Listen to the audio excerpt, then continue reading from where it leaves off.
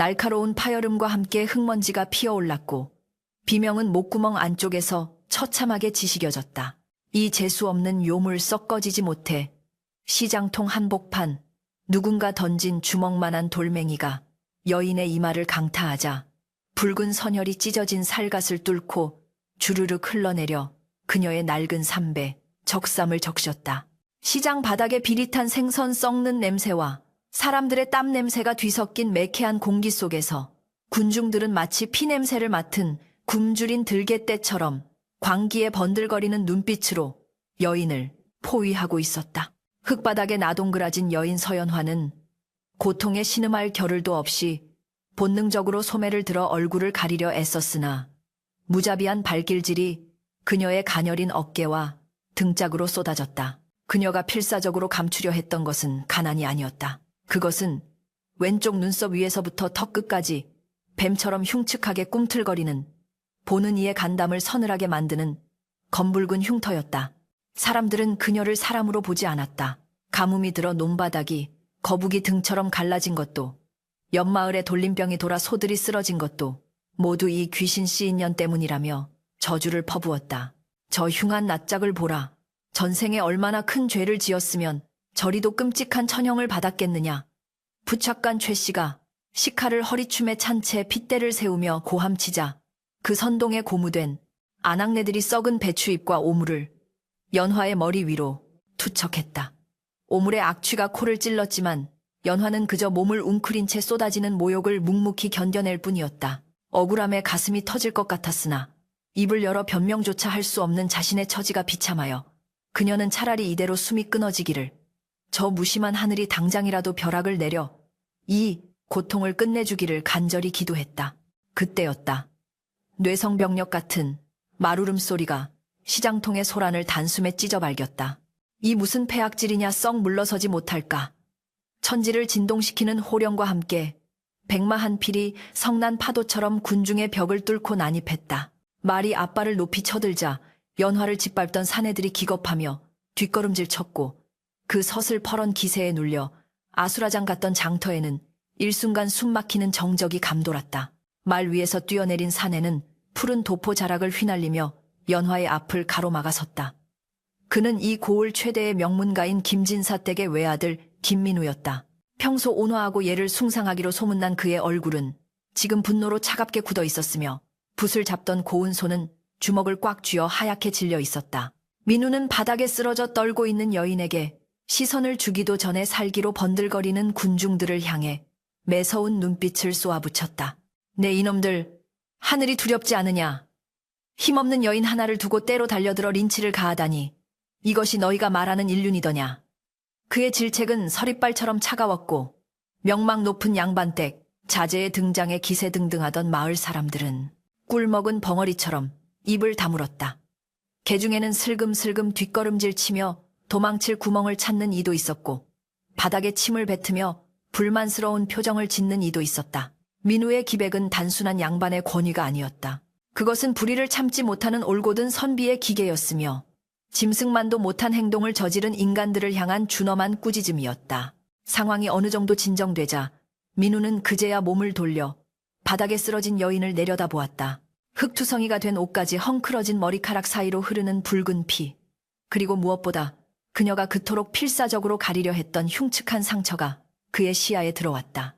보통 사람이라면 혐오감에 눈을 돌리거나 뒷걸음질 쳤을 끔찍한 형상이었다. 그러나 민우는 도망치지 않았다. 오히려 그는 무릎을 굽혀 그녀의 눈높이에 맞추고는 품 안에서 하얀 비단 손수건을 꺼내어 그녀의 이마에 맺힌 피를 조심스럽게 닦아내기 시작했다. 그 손길은 마치 깨지기 쉬운 도자기를 다루듯 지극히 조심스럽고 부드러웠다. 연화는 자신의 눈을 의심했다. 고귀한 양반님네가, 그것도 고을원님의 칭송이 자자한 김진사댁 도련님이 자신 같은 천한 것, 더구나 괴물이라 손가락질 받는 여인에게 손을 대다니. 그녀는 화들짝 놀라며 고개를 숙이고 뒤로 물러나려 했다. 도련님, 이러지 마십시오. 제 몸에 닿으면 부정을 탑니다. 어서 피하셔야 합니다. 그녀의 목소리는 공포와 수치심으로 덜덜 떨리고 있었다. 찢어진 소매 사이로 보이는 흉터를 가리기 위해 그녀는 필사적으로 고개를 돌렸으나 민우의 단단한 손이 그녀의 손목을 부드럽게, 그러나 거부할 수 없는 힘으로 잡아세웠다. 가만히 있거라. 피를 닦지 않으면 상처가 덧난다. 민우의 목소리는 아까 군중들을 꾸짖던 때와는 딴판으로 봄바람처럼 따스하고 낮게 울렸다. 그는 연화의 만류에도 불구하고 손수건으로 흉터 주위의 흙먼지를 털어내고 피를 닦았다. 가까이서 본 그녀의 얼굴은 흉터만 제외하면 놀라울 정도로 맑고 투명했다. 특히 공포에 질려 파르르 떨리는 그녀의 눈동자는 마치 깊은 산속 옹달샘처럼 맑고 깊어서 민우는 순간적으로 가슴 한구석이 찌릿하게 저려오는 기이한 감각을 느꼈다. 그 눈빛은 10년 전 그가 잊으려야 잊을 수 없는 끔찍했던 그날의 기억 속에 남아있는 누군가의 눈빛과 묘하게 겹쳐 보였다. 주변의 웅성거림은 다시 커지기 시작했다. 아이고, 저 귀한 도련님이 미쳤나 봐. 저 재수 없는 년에게 홀린 개야. 귀신이 씌어도 단단히 씌었어. 어찌 저런 흉물에게 손을 댄단 말인가. 수군거리는 소리가 파도처럼 밀려왔지만 민우의 귀에는 아무것도 들리지 않는 듯했다. 그는 오직 눈앞의 여인, 세상의 모든 저주를 홀로 짊어진 듯한 이 가녀린 여인에게만 집중하고 있었다. 그녀의 흉터는 끔찍했지만 민우의 눈에는 그 흉터 뒤에 숨겨진 고통과 인내가 먼저 보였다. 어째서인지 그는 이 여인을 이대로 두고 떠날 수 없다는 강렬한 확신에 사로잡혔다. 이성적으로는 설명할 수 없는 운명적인 이끌림이었다. 연화는 민우의 시선을 견딜 수 없어 고개를 푹 숙였다. 자신의 흉측한 얼굴이 이 고결한 도련님의 눈에 담기는 것조차 죄스러웠다. 그녀는 평생을 어둠 속에서 살아왔다. 부모님조차 그녀의 얼굴을 보고 한숨을 쉬었고 동네 아이들은 돌을 던졌다. 그녀에게 세상은 차가운 가시덤불이었고 사람들의 시선은 살을 내는 칼날이었다. 그런데 지금 이 낯선 사내는 칼날 대신 따스한 손길로 그녀의 상처를 어루만지고 있었다. 그 온기가 너무나 낯설고 비현실적이어서 연화는 차라리 이것이 죽기 직전에 보는 환상이 아닐까 생각했다. 눈물이 핑 돌아 시야가 흐려졌다. 민우는 연화의 눈에서 떨어지는 굵은 눈물방울을 보았다. 그 눈물은 흙먼지 묻은 볼을 타고 내려와 흉터의 골짜기를 적셨다. 그 순간 민우의 마음속에서 뜨거운 무언가가 솟구쳤다. 그것은 단순한 연민을 넘어선 어떤 거대한 결심이었다. 그는 자리에서 일어나 군중들을 향해 돌아섰다. 그의 눈빛은 다시 차갑게 가라앉아 있었지만 그 안에는 꺾이지 않는 바위와 같은 결기가 서려 있었다. 사람들은 그의 서슬에 눌려 다시금 조용해졌다. 민우는 천천히 그러나 또렷한 목소리로 입을 열었다. 잘 들어라. 오늘 너희가 이 여인에게 행한 짓은 짐승만도 못한 짓이었다. 하늘이 무섭지도 않으냐? 민우의 일갈에 몇몇 노인들이 헛기침을 하며 시선을 피했다. 민우는 한 걸음 더 나아가 쓰러진 연화의 어깨를 감싸 안아 일으켜 세웠다. 연화는 놀라서 바들바들 떨었지만 민우의 팔은 단단한 성벽처럼 그녀를 지탱해 주었다. 모두가 경악한 표정으로 그 장면을 지켜보았다. 고고한 학과 같은 선비가 진흙탕 속의 흉물을 감싸 안은 모습은 충격 그 자체였다. 민우는 숨을 깊게 들이쉬고 평생을 뒤흔들 폭탄과도 같은 선언을 내뱉었다. 내 오늘부로 이 여인을 나의 사람으로 거두겠다. 광장에 모인 수백 명의 사람들이 일제히 숨을 멈췄다. 바람 소리조차 멈춘 듯한 정막 속에서 민우의 목소리는 더욱 크고 명확하게 울려 퍼졌다. 누구든 이 여인에게 손가락질을 하거나 돌을 던지는 자는 곧 나 김민우에게 던지는 것으로 간주하겠다. 내 가문의 명예를 걸고 용서치 않을 것이다. 그 말은 단순한 보호의 선언이 아니었다. 그것은 보이지 않는 신분과 편견의 벽을 깨부수는 전쟁 선포와도 같았다. 연화는 너무나 큰 충격에 다리에 힘이 풀려 주저앉을 뻔했으나 민우가 그녀의 허리를 더욱 단단히 움켜쥐었다. 민우는 멍하니 서 있는 군중들을 뒤로 하고 연화를 자신의 말에 태우려 했다. 하지만 연화는 저항했다. 도련님 안 됩니다. 이러시면 도련님의 앞길까지 막힙니다. 제발 저를 버려두고 가십시오. 그녀의 애원 섞인 목소리에도 민우는 고개를 저었다. 내 앞길은 내가 정한다. 그리고 내 눈에는 자네가 그 어떤 비단 옷을 입은 규수보다 귀하게 보인다. 그 말에 연화는 말문이 막혔다. 민우는 그녀를 번쩍 안아 말 위에 태우고 자신도 그 뒤에 올라탔다. 따뜻한 체온이 등 뒤에서 전해져 오자 연화는 현기증을 느꼈다. 말이 천천히 움직이기 시작하자 멍해 있던 사람들이 웅성거리기 시작했다. 김진사댁 도련님이 미쳤어. 저 흉측한 년을 데리고 가다니. 집안이 뒤집어질 게야. 비난과 조롱, 걱정과 호기심이 뒤섞인 소음들이 그들의 등 뒤를 따라왔다. 하지만 민우는 뒤를 돌아보지 않았다. 그는 오직 앞만 보고 고삐를 쥐었다. 그의 턱은 단호하게 굳어 있었고 눈빛은 흔들림 없이 정면을 응시하고 있었지만 그의 심장은 격렬하게 요동치고 있었다. 이것이 단순한 객기인지 아니면 운명의 장난인지 그 자신도 알 수 없었다. 다만 한 가지 확실한 것은 그가 10년 전 잃어버렸던 어떤 조각을 오늘 이 진흙탕 속에서 찾아낸 것만 같은 예감이 든다는 것이었다. 말발굽 소리가 멀어지면서 시장통의 소라는 점차 잦아들었지만 이날의 사건은 삽시간에 발없는 말이 되어 온 고을로 퍼져나갔다. 김진사 댁의 고고한 학이 흉측한 괴물과 짝을 맺으려 한다는 소문은 거대한 태풍의 눈이 되어 곧 민우와 연화의 운명을 송두리째 집어삼킬 준비를 하고 있었다. 민우의 품에 안긴 연화는 덜컹거리는 말 위에서 흐느껴 울었다. 그것은 구조받은 안도감의 눈물이기도 했지만 앞으로 닥쳐올 거대한 시련에 대한 두려움의 눈물이기도 했다.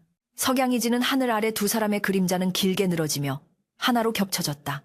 김진사 댁의 소슬대문은 마치 천계와 하계를 가르는 거대한 장벽처럼 위압적으로 서 있었다. 육중한 나무 문이 삐그덕 소리를 내며 열리자 마당을 쓸던 하인들의 눈이 휘둥그레졌다.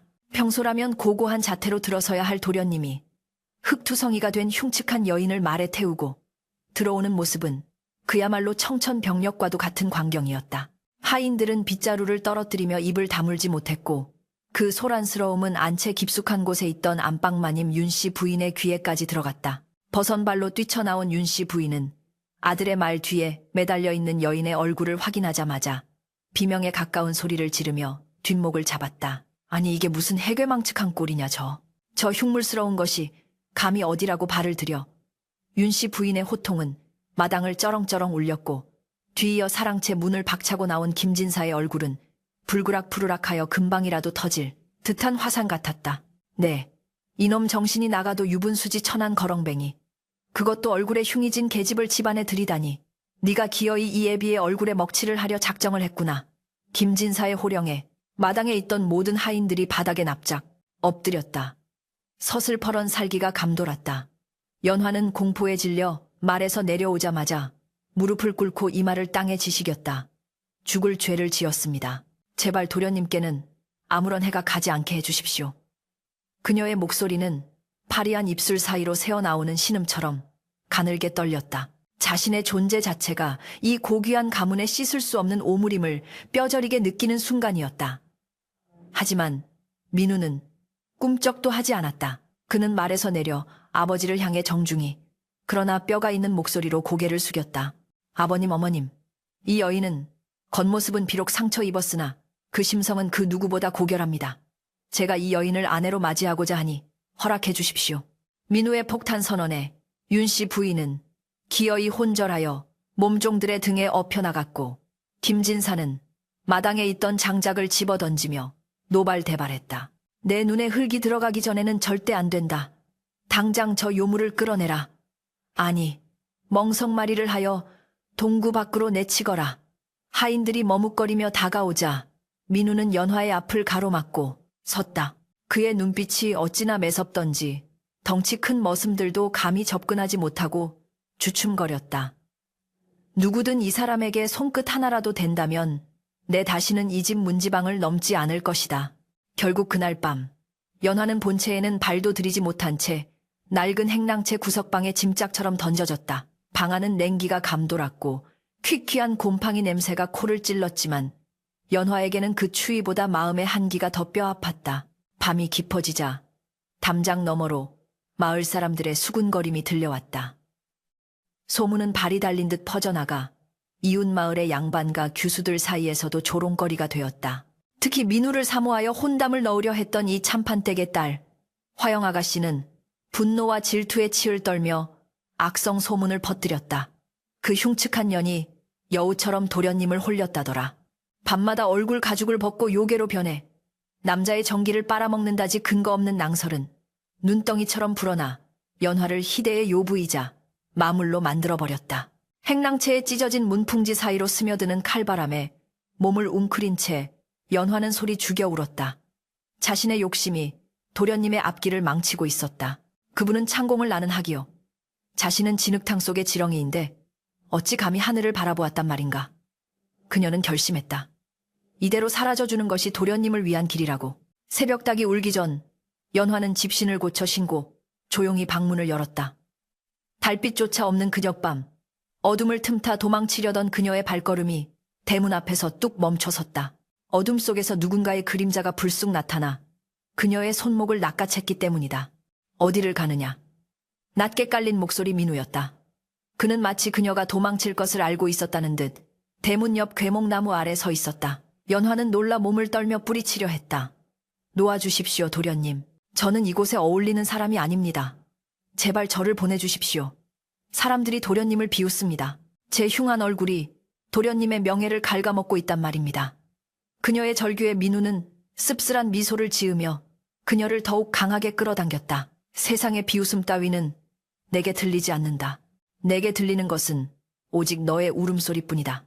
민우는 그녀를 데리고 집 안으로 다시 들어가는 대신 사랑채 앞마당으로 향했다. 그리고는 굳게 닫힌 아버지의 방문을 향해 그대로 무릎을 꿇었다. 거친 흙바닥에 무릎이 닿는 둔탁한 소리가 정적을 깨뜨렸다.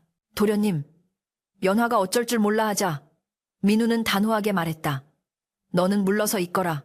이것은 나와 아버님 사이의 일이다. 그는 석고대죄를 하듯 꼿꼿한 자세로 앉아 닫힌 문을 향해 외쳤다. 아버님 소자가 평생 부모님의 뜻을 거스른 적이 있습니까?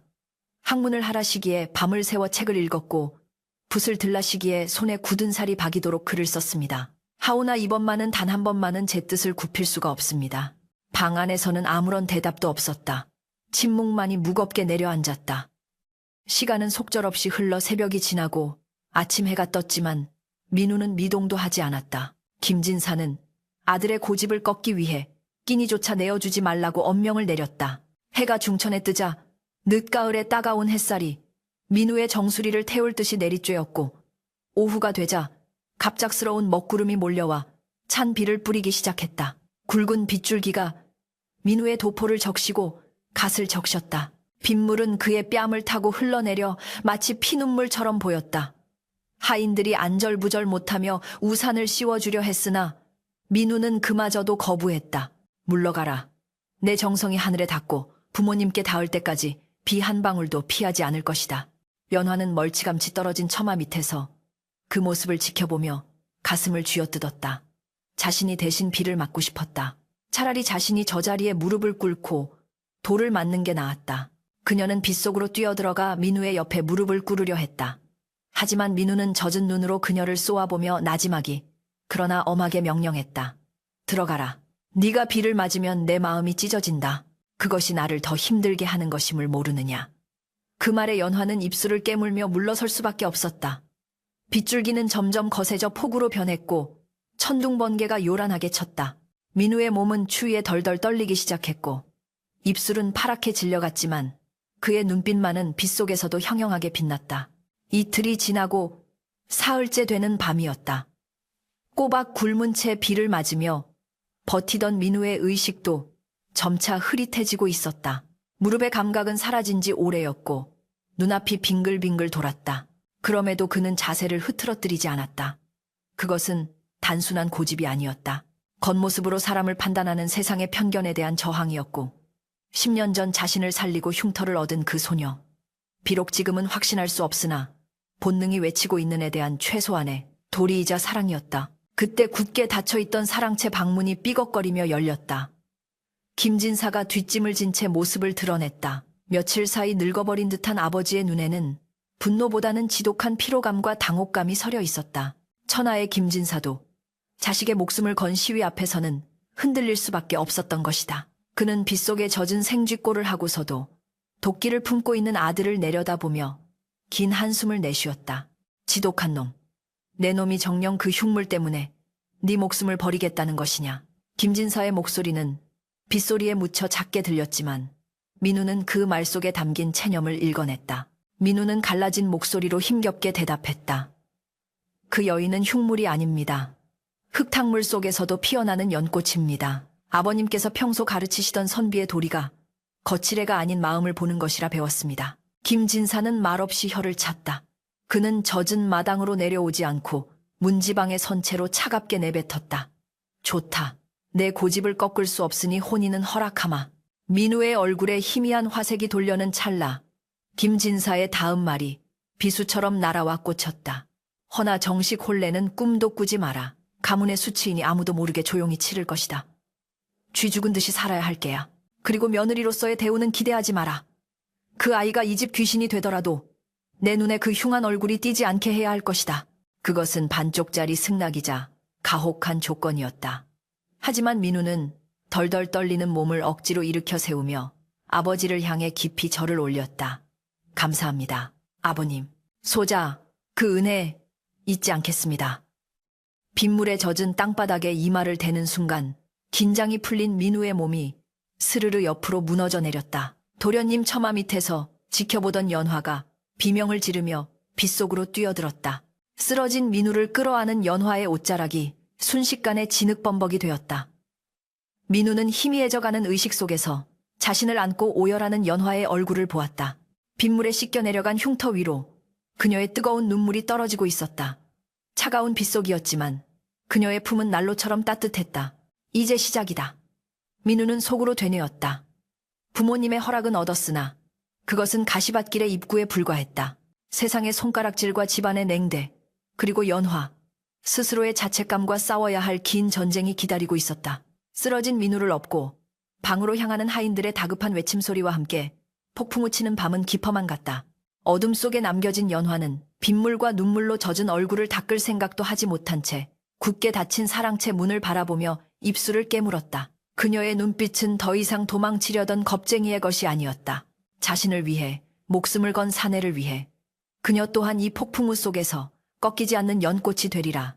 다짐하는 슬프지만 강인한 빛이 서려 있었다. 혼례날 아침이 밝았으나 김진사 댁 담장 안에는 경사스러운 날 특유의 활기나 웃음소리가 전무했다. 풍악을 울리는 악공도, 음식을 나르는 하인들의 분주한 발걸음도 없었다. 오직 늦가을의 스산한 바람만이 마당의 마른 낙엽을 굴리며 바스락거리는 소리를 낼 뿐이었다. 그것은 혼례라기보다는 마치 죄인을 압송하는 의식 혹은 비밀스러운 장례 절차에 가까운 무겁고 침울한 공기였다. 사랑채와 안채를 오가는 하인들은 모두 입을 굳게 다물고 발소리를 죽였으며 누구 하나 감히 큰 소리로 말을 꺼내지 못했다. 하늘마저 그들의 뜻을 아는 듯 회색 구름이 낮게 드리워져 금방이라도 진눈깨비를 뿌릴 듯 위태로웠다. 별채의 구석방에서 연화는 혼례복을 입고 있었다. 하지만 신부의 설렘은커녕 수의를 입는 듯한 참담함이 그녀를 짓눌렀다. 붉은 화롯은 화려했으나 그녀의 초라한 행색과는 지독하게 어울리지 않아 보였다.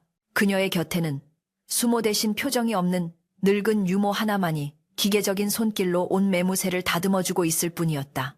유모는 연지곤지를 찍어주는 대신 두껍고 불투명한 검은 비단 면사 맨사를 가져와 연화의 머리 위로 덮어 씌웠다. 마님께서 신신당부하셨네.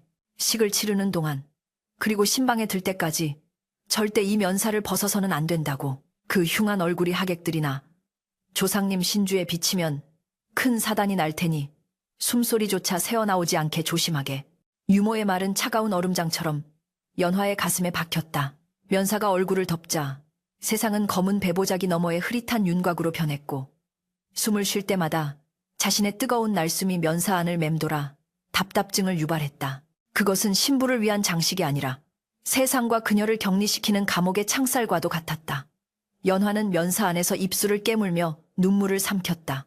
오늘이 지나면 그녀는 이 집안의 며느리가 되지만 동시에 영원히 그림자 속에 숨어 살아야 하는 존재가 되는 것이었다. 하지만 불평할 수는 없었다. 빗속에서 목숨을 걸고 자신을 지켜준 도련님을 위해서라면 이 정도 수모는 기꺼이 감내해야 마땅했다. 드디어 대례청으로 나갈 시간이 되었다. 민우는 사모관대를 갖춰 입고 마당에 서 있었다. 며칠간 비를 맞으며 고생한 탓에 안색은 창백했고 볼은 배숙해져 있었으나 그 눈빛만은 갓 닦아낸 거울처럼 맑고 깊었다. 그는 화려한 꽃가마 대신 초라한 사인교에 실려 나오는 연화를 말없이 바라보았다. 하인들이 웅성거리며 수군대는 소리가 들려왔다. 저 가마 안에 그 괴물이 들어있다는군. 떡 하나 얻어먹지 못하는 혼례라니. 김진사 댁 인심도 다 죽었어. 그들의 비아냥거림이 민우의 귀를 찔렀지만 그는 동요하지 않고 묵묵히 연화가 내리는 가마 앞으로 다가갔다. 식을 치를 장소는 본체, 마당이 아닌 사람들의 눈을 피할 수 있는 뒷마당의 작은 사당 앞이었다. 최소한의 구색만 갖춘 초라한 상차림 위에는 청홍실이 감긴 닭 2마리와 대추 밤따위가 놓여 있었다. 하객이라곤 양가 친척 몇몇과 마을의 유지들 뿐이었는데 그들조차 축하를 하러 온 것이 아니라 희대의 구경거리를 확인하러 온 구경꾼에 가까웠다. 그들의 눈에는 호기심과 경멸 그리고 비웃음이 가득 차 있었다. 특히 담장 너머에는 소문을 듣고 몰려온 마을의 건달들과 호사가들이 까치발을 하고 안을 기웃거리고 있었다. 어디 그 도깨비 같은 얼굴 좀 보자. 면사로 꽁꽁 싸매놓은 꼴 좀 보소. 얼마나 흉측하면 저리도 숨길까. 연화가 민우의 부축을 받으며 조심스럽게 발을 내딛는 순간이었다. 담장 너머에서 웅성거리던 무리 중 술에 거나하게 취한 덩치 큰 사내 하나가 갑자기 담을 넘어 마당 안으로 난입했다. 그는 이 참판댁의 사주를 받은 왈패가 분명했다. 술 냄새를 풍기며 비틀거리던 사내는 대레청 한복판으로 뛰어들며 고래고래 소리를 질렀다. 이보시오들, 이 좋은 날에 신부 얼굴도 못 보는 게 말이 되오. 내 저 가면을 벗겨 진짜 요물인지 사람인지 확인을 좀 해야겠소.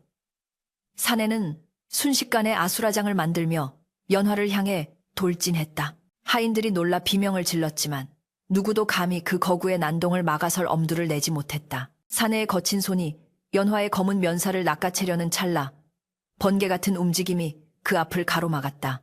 민우였다. 그는 자신의 몸을 날려 사내와 연화 사이를 벽처럼 막아섰다. 네, 이놈 어디서 행패냐. 민우의 호통과 동시에 사내의 주먹이 민우의 어깨를 강타했다. 퍽 하는 둔탁한 소리와 함께 민우의 몸이 휘청거렸고 중심을 잃은 그가 바닥으로 넘어지면서도 본능적으로 연화를 끌어안아 감쌌다. 뾰족한 돌부리에 긁힌 민우의 손등에서 붉은 피가 배어 나왔다. 홀레복은 흙투성이가 되었고 사모는 삐뚤어졌다. 연화는 비명을 삼키며 민우의 가슴팍에 얼굴을 묻었다. 공포에 질려 바들바들 떠는 그녀의 몸짓이 민우의 온몸으로 전해져 왔다. 도련님, 괜찮으십니까? 뒤늦게 하인들이 달려와 사내를 제압하려 했으나 민우는 손을 들어 그들을 제지했다. 그는 흙을 털고 천천히, 아주 천천히 자리에서 일어났다. 흐트러진 옷매무새를 고치지 않은 채 그는 피 묻은 손으로 연화의 어깨를 단단히 감싸 쥐었다. 그리고는 난동을 부린 사내와 담장 너머에서 낄낄거리고 있는 구경꾼들을 향해 천천히 고개를 돌렸다. 그 순간 좌중을 압도하는 서늘한 기운이 마당 전체를 휘감았다.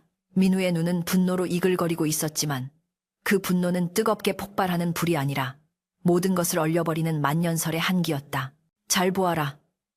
민우의 목소리는 낮았지만 쩌렁쩌렁하게 울려 퍼져 담장 밖까지 전해졌다. 너희들이 보고자 하는 것이 이 여인의 흉터냐?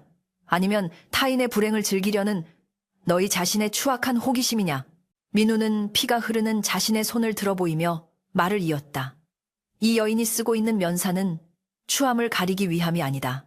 너희 같은 저열한 자들의 더러운 시선으로부터 세상에서 가장 귀하고 맑은 영혼을 보호하기 위한 방패다. 오늘 이 자리를 모독한 죄, 내 가문의 이름을 걸고 반드시 물을 것이다. 썩 물러가지 못할까? 사자후와도 같은 민우의 일갈에 난동을 부리던 사내는 술이 확 깬 듯 얼굴이 하얗게 질려 뒷걸음질 쳤다. 구경꾼들도 민우의 기세에 눌려 하나둘씩 고개를 숙이고 슬금슬금 자리를 피했다. 침묵이 다시 찾아왔다. 하지만 이번의 침묵은 아까와 같은 음침한 정적이 아니었다. 그것은 어린 선비의 기계와 진심, 어린 사랑 앞에 숙연해진 사람들의 경외감 섞인 침묵이었다.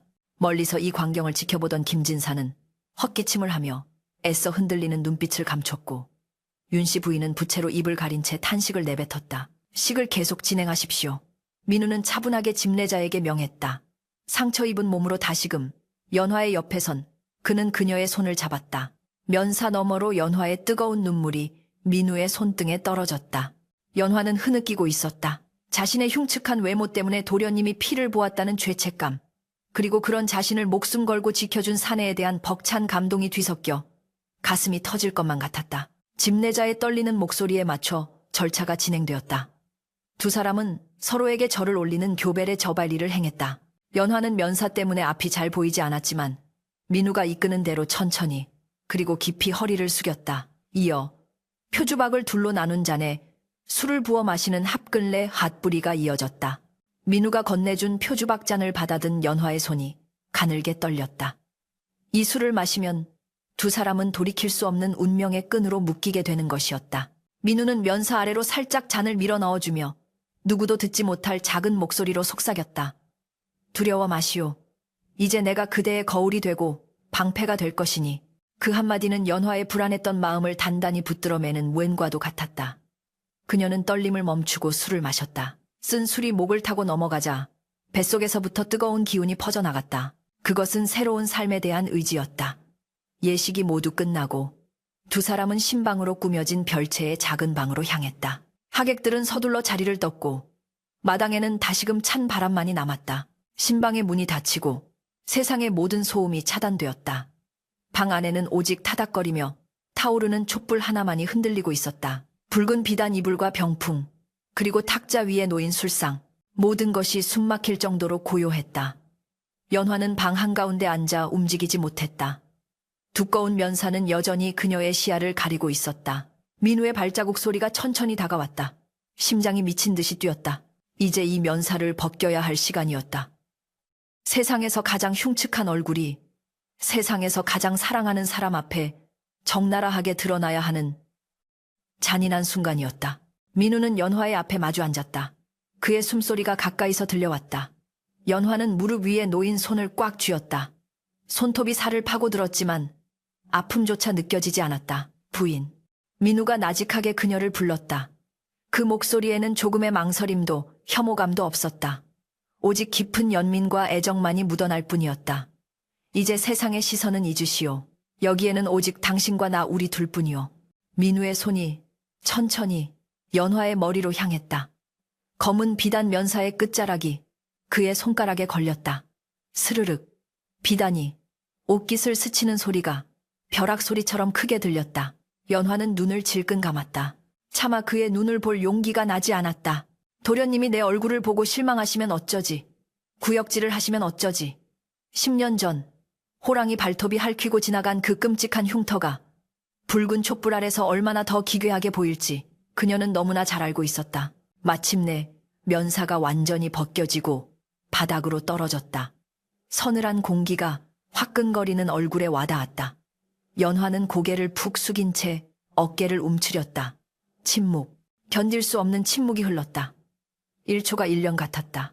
민우는 왜 아무 말이 없을까? 놀라서 굳어버린 걸까? 아니면 도망치고 싶은 충동을 억누르고 있는 걸까? 그때 민우의 따뜻한 손가락이 연화의 턱을 부드럽게 감싸 쥐었다. 고개를 드시오. 내 당신의 얼굴을 똑바로 보고 싶소. 거부할 수 없는 힘에 이끌려 연화는 천천히, 아주 천천히 고개를 들었다. 흔들리는 촛불빛이 그녀의 얼굴을 비췄다. 왼쪽 이마에서부터 눈을 지나 뺨을 가로질러 턱까지 이어지는 지렁이처럼 굵고 붉은 흉터가 적나라하게 드러났다. 보통 사람이라면 비명을 질렀을 법한 흉상이었다. 연화는 민우의 눈동자가 흔들리는 것을 보았다. 아, 역시. 하지만 다음 순간 그녀는 자신의 예상이 완전히 빗나갔음을 깨달았다. 민우의 눈동자는 공포나 혐오로 흔들리는 것이 아니었다. 그는 무언가 믿을 수 없다는 표정으로 마치 잃어버린 보물을 발견한 사람처럼 감격에 겨워 입을 벌린 채 그녀의 흉터를 뚫어지게 응시하고 있었다. 그의 시선은 흉터의 흉측함에 머무는 것이 아니라 그 상처가 가진 기이한 형태와 모양을 쫓고 있었다. 이 상처. 민우의 목소리가 가늘게 떨렸다. 그는 홀린 듯이 손을 뻗어 그녀의 흉터 위를 조심스럽게 더듬었다.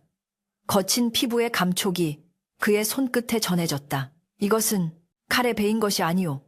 돌에 맞은 것도 아니야.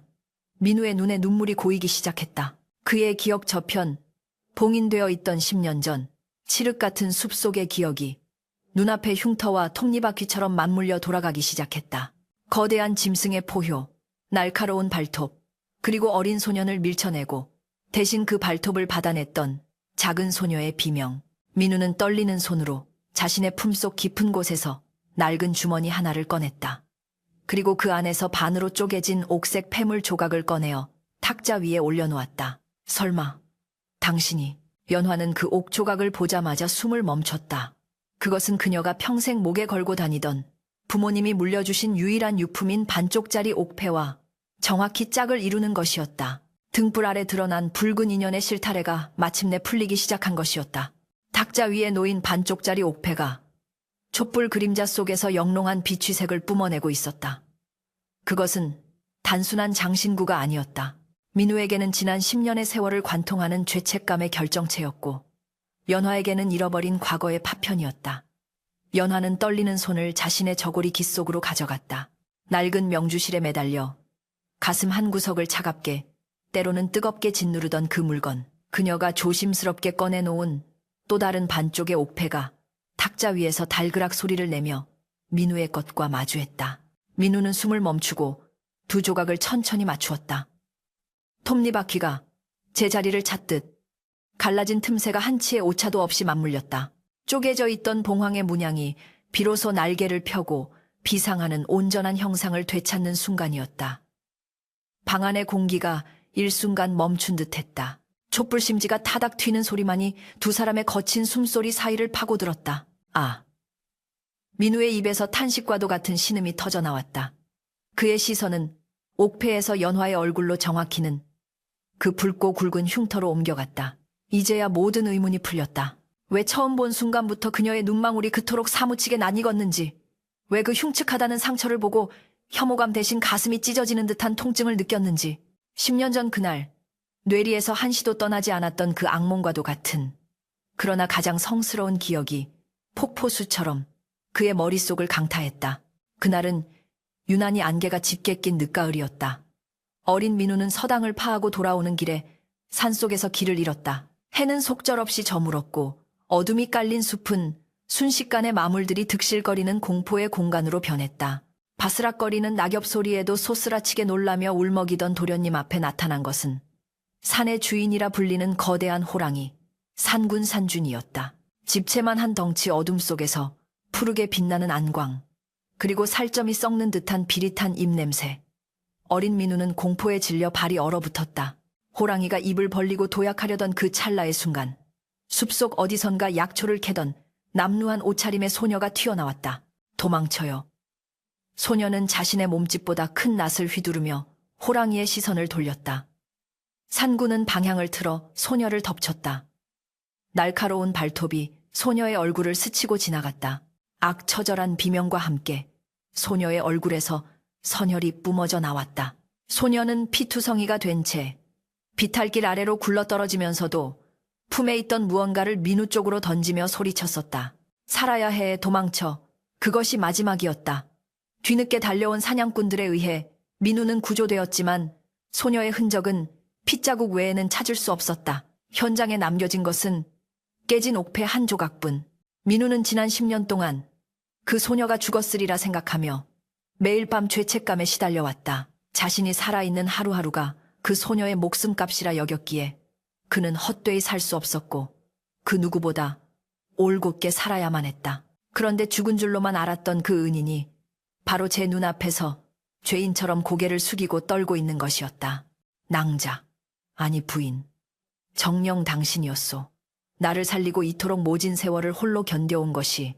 민우의 눈에서 굵은 눈물방울이 뚝뚝 떨어져 옥패를 적셨다. 그는 무릎을 꿇은 채 앞으로 다가와 연화의 두 손을 덥석 잡았다. 아니, 잡았다기보다는 매달렸다는 표현이 옳았다. 연화는 민우의 뜨거운 눈물에 당황하여 어쩔 줄 몰라 했다. 도련님, 울지 마십시오. 저는 그저. 그녀의 목소리는 물기에 젖어 잠겨 있었다. 그녀 또한 알고 있었다. 10년 전 자신이 구한 그 겁쟁이 도련님이 바로 눈앞의 낭군님이라는 것을. 하지만 그녀는 차마 말할 수 없었다.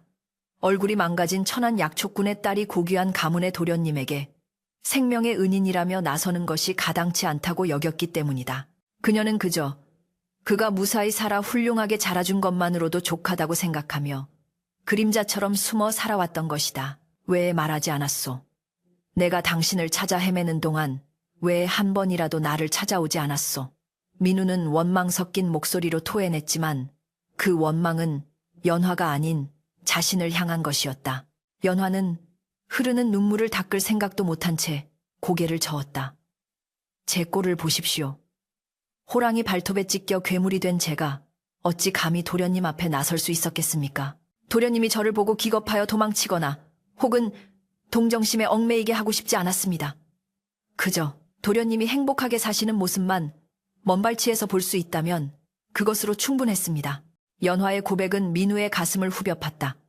그녀의 흉터는 단순한 사고의 흔적이 아니었다. 그것은 한 인간이 다른 인간을 위해 자신의 모든 것을 내던진 숭고한 희생의 증거였으며 그 후 10년의 세월 동안 멸시와 조롱을 홀로 감내해온 인고의 낙인이었다. 민우는 떨리는 손을 들어 다시 한번 그녀의 흉터를 어루만졌다. 이번에는 조심스러움보다는 경외감이 담긴 손길이었다. 거친 피부의 감촉이 손끝을 타고 심장으로 전해졌다. 이 상처는 추하지 않소. 민우는 단호하게 말했다. 그의 눈빛은 촛불보다 더 뜨겁게 타오르고 있었다. 세상 사람들이 뭐라 하든 내 눈에는 이 상처가 세상에서 가장 아름다운 꽃으로 보이요. 이것은 내가 살아있다는 증거이자 당신의 용기가 새겨진 훈장이요.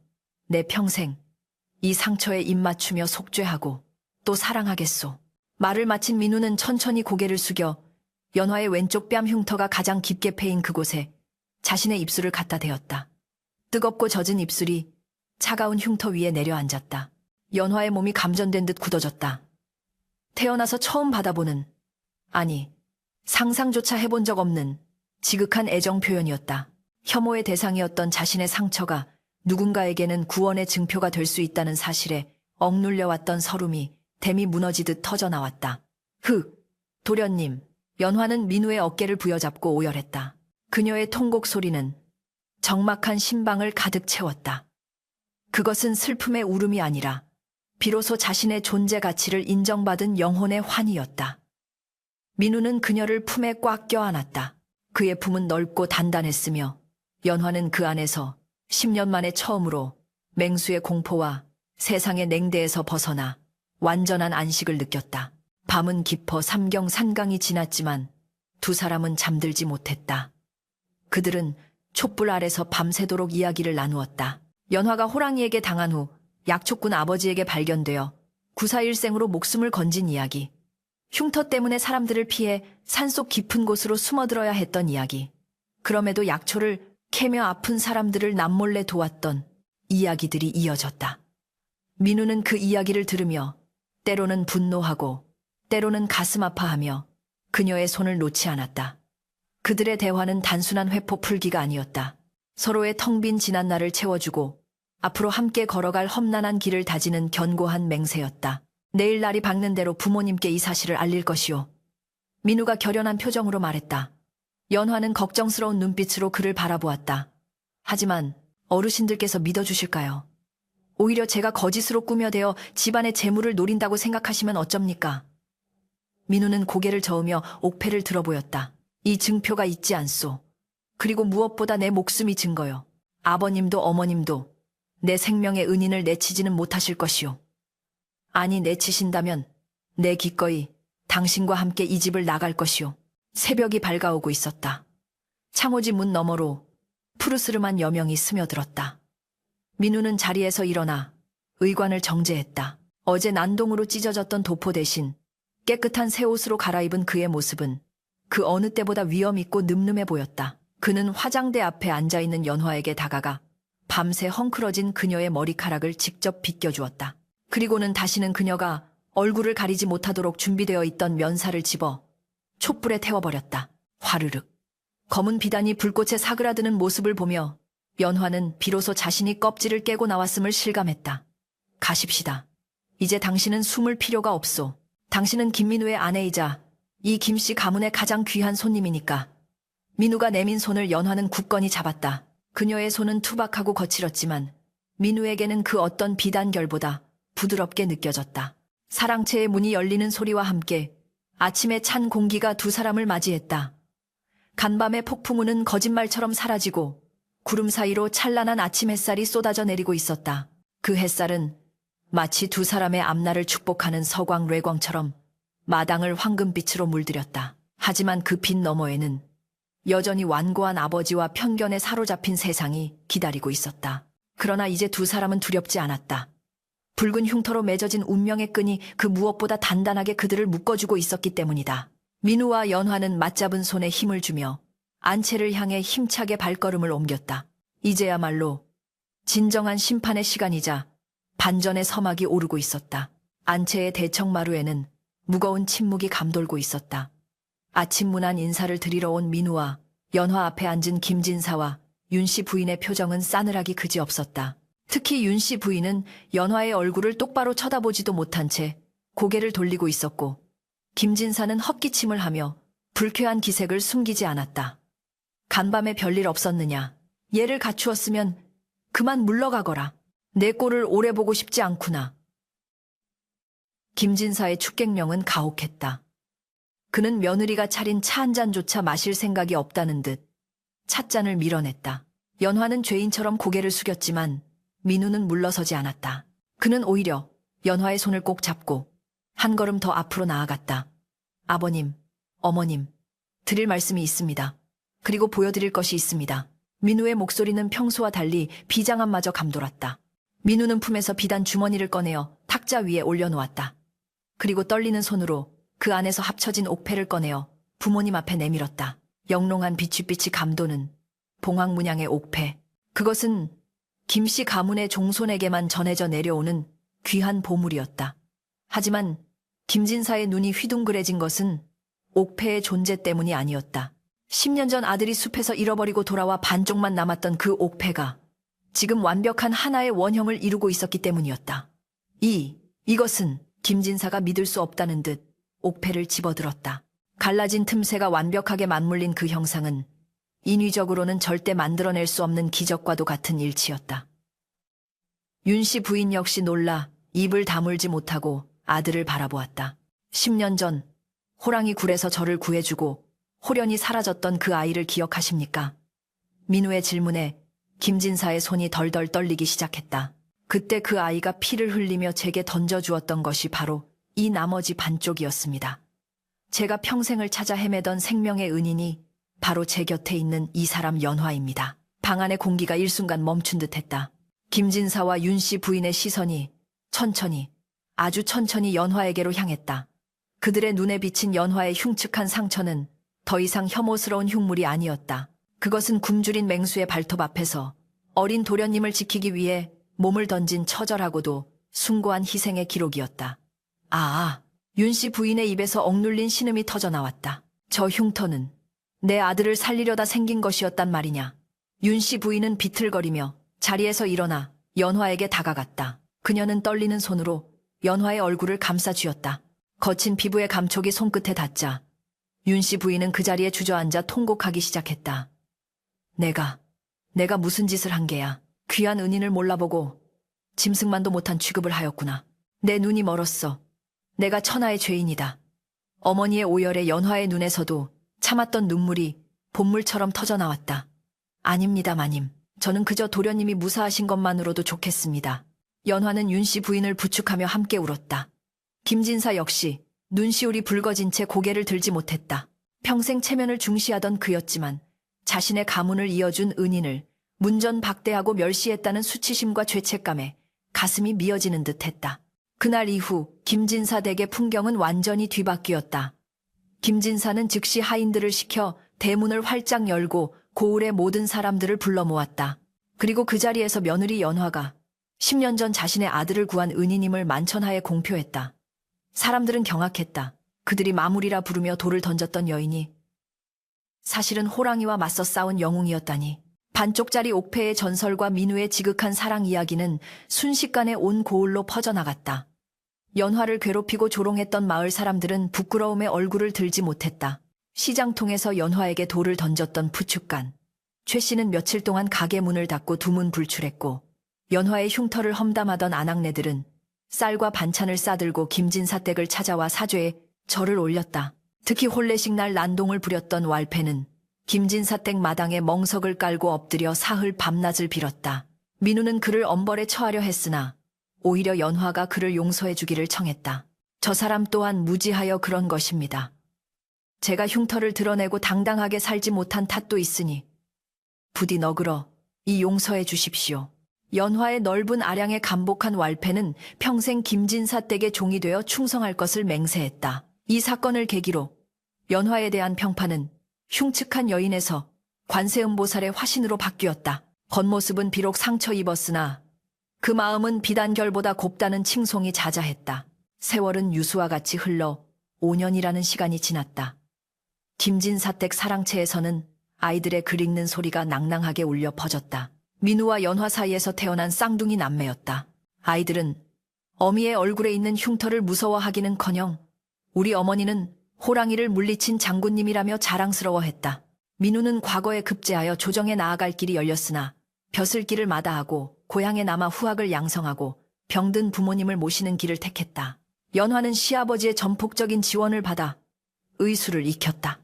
그녀는 어릴 적 아버지를 따라다니며 배운 약초 지식에 전문적인 의수를 더하여 마을의 병자들을 돌보는 의원으로서 새로운 삶을 살기 시작했다. 이제 고을 사람들은 몸이 아플 때마다 서의원을 찾았다.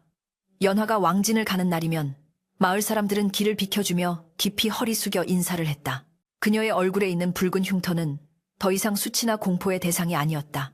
그것은 죽어가는 생명을 살려낸 기적의 증표이자 고통받는 이들을 위로하는 자애로움의 상징으로 받아들여졌다. 환자들은 그녀의 흉터를 보며 오히려 위안을 얻었다. 저토록 큰 고통을 이겨낸 분이 자신의 병 또한 고쳐줄 것이라는 믿음 때문이었다. 연화는 치료를 할 때마다 환자의 손을 잡고 말했다. 상처는 부끄러운 것이 아닙니다. 아물고 나면 더 단단한 새살이 돋아나는 법이지요. 어느 맑은 가을날 저녁 민우와 연화는 집 뒤편 언덕에 올랐다. 붉게 물든 단풍이 산을 휘감고 있었고 멀리 황금빛 들판이 끝없이 펼쳐져 있었다. 두 사람은 10년 전에 그 숲을 바라보며 나란히 앉았다. 민우는 연화의 손을 잡고 그녀의 얼굴을 지그시 바라보았다. 세월의 흐름 속의 흉터는 조금 옅어졌지만 여전히 그 자리에 선명하게 남아 있었다. 하지만 민우의 눈에 그 흉터는 노을빛을 받아 보석처럼 빛나 보였다. 부인 후회하지 않으시오. 그때 그 숲에서 도망쳤더라면 저 고운 얼굴을 다치지 않았을 텐데. 민우의 물음에 연화는 고개를 저으며 환하게 웃었다. 그녀의 미소는 흉터마저도 주름 속에 감추어버릴 만큼 아름다웠다. 만약 그때 도망쳤다면 저는 흉터 없는 얼굴을 가졌겠지만 평생 비겁함이라는 마음의 흉터를 안고 살았을 것입니다. 이 상처 덕분에 당신을 다시 만났고 진정한 사랑이 무엇인지 깨달았으며 세상 사람들의 마음을 치유하는 의원이 되었습니다. 제게 이 흉터는 천영이 아니라 하늘이 내려주신 축복입니다. 연화의 대답에 민우는 가슴이 벅차올라 그녀를 품에 안았다. 바람이 불어와 두 사람의 옷자락을 흔들었다. 이야기는 여기서 끝을 맺는다. 세상 사람들은 눈에 보이는 아름다움만을 쫓아 불나방처럼 모여들지만 진정한 아름다움은 시련 속에서 피어나는 연꽃과 같아서 진흙탕 속에서도 그 향기를 잃지 않는다. 김민우와 서연화 두 사람의 이야기는 수백 년이 지난 지금도 그 고을의 전설이 되어 전해 내려온다. 사람들은 김진사 댁 터를 지날 때마다 이렇게 말하곤 한다. 얼굴의 흉터는 한철의 아픔이지만 마음의 향기는 천년을 간다. 흉측한 얼굴 뒤에 숨겨진 가장 고귀한 영혼을 알아보았던 선비의 지혜와 사랑을 위해 자신의 모든 것을 내던진 여인의 용기는 오늘날 외모에만 집착하는 우리들에게 진정한 아름다움이 무엇인지를 소리 없이 웅변하고 있는 것이다. 두 사람의 사랑은 저 붉은 노을처럼 어둠이 내릴수록 더욱 찬란하게 타오르며 영원히 기억될 것이다. 외전 호랑이, 흉터와 할아버지의 수염, 김진사 댁 사랑채 마당은 늦봄의 햇살이 가득 내려앉아 따스했다. 한때 엄격하기로 소문나 찬바람만 불던 이곳은 이제 아이들의 웃음소리로 시끌벅적한 놀이터가 되어 있었다. 어흥, 내가 산군이다. 할아버지를 잡아먹겠다. 5살 배기 쌍둥이 남매 중 사내 아이인 철수가 호랑이 가죽 흉내를 낸 담요를 뒤집어쓰고 앙증맞은 손톱을 세우며 달려들었다. 그러자 사랑채 큰 마루에 앉아있던 김진사는 짐짓 놀란 척하며 뒷걸음질 쳤다. 그의 하얀 수염이 예전의 꼬장꼬장함을 잃고 부드럽게 휘날렸다. 아이고 무서워라. 천하의 김진사가 호랑이에게 잡혀먹게 생겼구나. 누가 나 좀 살려다오. 김진사가 과장되게 비명을 지르며 벌러덩 뒤로 눕자 쌍둥이 누이인 영희가 까르르 웃으며 달려와 오빠를 막아섰다. 안 돼. 우리 할아버지는 내가 지킬 거야. 물러가라. 나쁜 호랑아.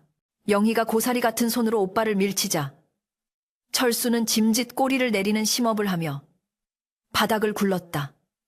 그 모습을 지켜보던 김진사는 허허 웃으며 두 손자를 품에 안았다. 한때는 가문의 채통만이 목숨보다 중요하다 여겼던 그였지만 이제는 손자들의 재롱에 시간 가는 줄 모르는 평범하고 인자한 할아버지가 되어 있었다. 한참을 놀던 영희가 문득 김진사의 수염을 만지작거리며 물었다. 할아버지, 그런데 우리 어머니 얼굴에는 왜 호랑이 그림이 있어요?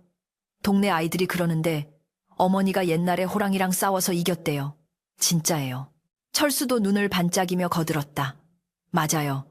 어머니 흉터는 울퉁불퉁하고 빨개서 진짜 멋있어요. 나도 커서 호랑이랑 싸우면 그런 훈장을 받을 수 있어요. 아이들의 천진난만한 질문에 김진사의 눈가가 젖어들었다. 5년 전 며느리의 그 흉터를 천영이라 부르며 내치려 했던 자신의 어리석은 모습이 스쳐 지나갔다. 그는 아이들을 무릎에 앉히고 진지한 표정으로 입을 열었다. 그렇단다. 너희 어머니는 이 세상 그 어떤 장군보다 용감한 분이시지. 그 흉터는 단순히 싸워서 생긴 상처가 아니란다. 김진사는 먼 산을 바라보며 옛날 이야기를 하듯 나직이 읊조렸다. 옛날에 아주 겁 많은 도련님이 숲속에서 길을 잃었단다. 그때 무서운 호랑이가 나타나 도련님을 잡아먹으려 했지. 모두가 도망칠 때 한 작은 소녀가 그 앞을 가로막았어. 그 소녀는 무서웠지만 도련님을 살리기 위해 자신의 얼굴을 내주었단다. 너희 어머니의 얼굴에 있는 그 그림은 바로 너희 아버지를 살리고 우리 집안을 구한 사랑의 징표란다. 우와. 아이들은 입을 다물지 못했다. 영희가 고개를 끄덕이며 말했다. 그럼 어머니는 호랑이보다 더 센 거네요. 사랑의 힘으로 이긴 거니까요. 그렇고 말고 너희 어머니의 흉터는 세상에서 가장 아름다운 꽃이란다. 그러니 너희도 어머니를 닮아 겉모습보다는 마음이 용감하고 따뜻한 사람이 되어야 한다. 그때 안채에서 연화가 다과상을 들고 걸어왔다. 그녀의 얼굴에 있는 흉터는 봄볕 아래서도 선명했지만 그녀를 바라보는 가족들의 눈빛 속에서 그 흉터는 더 이상 흠이 아니었다. 민우가 뒤따라오며 연화의 어깨를 감싸 쥐었다. 아버님, 또 아이들에게 옛날 이야기를 해주십니까? 민우가 웃으며 묻자 김진사는 헛기침을 하며 쑥스러워했다. 험험 그저 호랑이 잡는 법을 가르쳐 주었을 뿐이다. 연화가 캔마루에 다과상을 내려놓자 쌍둥이는 어머니하고 외치며 그녀의 품으로 파고들었다. 철수가 연화의 흉터에 작은 입술을 쪽 맞추며 말했다. 어머니, 나도 나중에 커서 어머니처럼 멋진 흉터를 가질래요. 아버지를 지켜준 것처럼 나도 어머니를 지켜줄게요. 연화는 눈시울이 붉어진 채 아이들을 꼭 껴안았다. 고맙구나. 하지만 너희는 다치지 말고 건강하게만 자라다오. 지키는 것은 이 어미와 아버지가 할 테니. 마당 가득 핀 매화꽃잎이 봄바람에 날려 내 식구의 머리 위로 눈처럼 쏟아져 내렸다. 김진사는 그 평화로운 풍경을 바라보며 마음속으로 되뇌었다. 진정한 명문가는 높은 벼슬이나 재물에 있는 것이 아니라 서로의 상처를 보듬어주는 따뜻한 마음에 있는 것을 내 너무 늦게 깨달았구나. 하지만 늦게라도 깨달았기에 그의 노년은 그 어떤 시절보다 행복하고 풍요로웠다. 호랑이 흉터가 피워낸 사랑의 꽃은 그렇게 대를 이어 그 향기를 더욱 짙게 퍼뜨리고 있었다.